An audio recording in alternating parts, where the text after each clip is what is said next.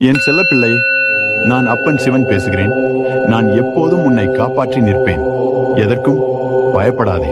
நீ உயர்ந்து வாழப் போகிறாய். உன் வாழ்க்கையில் வசந்தம் வந்து கொண்டிருக்கிறது. என் பிள்ளையே, உன்னை வலுப்படுத்திக் கொள்வது எப்படி என்று தெரிந்து கொள். உன் மனதில் நல்லதா கெட்டதா என்று குழப்பம் வந்தால் அதை என்னிடம் விட்டுவிடு. நான் பார்த்துக் கொள்கிறேன். ஏனென்றால் நல்ல விஷயங்கள் எப்போதும் அமைதியை தரும்.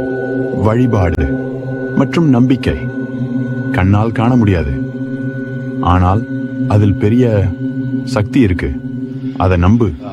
தீமை செய்தால் கடவுள் தண்டிப்பார், நல்லதை செய்தால் ஆசீர்வதிப்பார். நேர்மையும் பொறுமையும் தன்னம்பிக்கையும் கொண்டிருக்க முயற்சி செய். உன் வாழ்க்கையை நானே மகிழ்ச்சியுடன் நிறைக்கிறேன். வாழ்க்கையில மகிழ்ச்சியும் துக்கமும் சேர்ந்து வரும். நல்லதை நினை, நல்லதே நடக்கும். துரோகம் செய்யும்பவர்களிடம் விலகியிரு.